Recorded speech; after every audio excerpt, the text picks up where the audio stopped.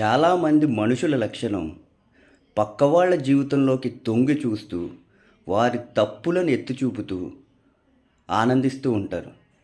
వాళ్ళ తప్పులు ఎత్తి చూపించే ముందు మీ జీవితంలో ఉన్న తప్పులని సరిదిద్దుకోండి. చాలామంది ఒకరు సంతోషంగా ఉన్నారంటే సంతోషంలో పాల్గొంటున్నాం అనే నెపంతో వెళ్ళి మనసులో బాధపడుతూ ఉంటారు. వీడు ఎందుకింత సంతోషంగా ఉన్నాడే అని.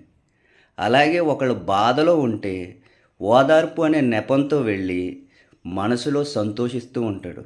వీడికి ఇలా భలే జరిగింది అని. భగవద్గీతలో శ్రీకృష్ణుడు ఒకటే చెప్పాడు. పక్క వాళ్ళకి మనం ఏం జరగాలని కోరుకుంటామో అదే మనకి జరుగుతుంది. పక్క వాళ్ళకి కీడు జరగాలని కోరుకుంటున్నావా? నీకు ఖచ్చితంగా కీడు జరుగుతుంది. పక్క వాళ్ళకి మంచి జరగాలని కోరుకుంటే నీకు కూడా మంచే జరుగుతుంది. శ్రీకృష్ణుడే కాదు, అన్ని మతాల దేవుళ్ళు కూడా చెప్పేది ఒక్కటే. పక్క వాళ్ళకి ఏం జరగాలని కోరుకుంటే నీకు అదే జరుగుతుంది.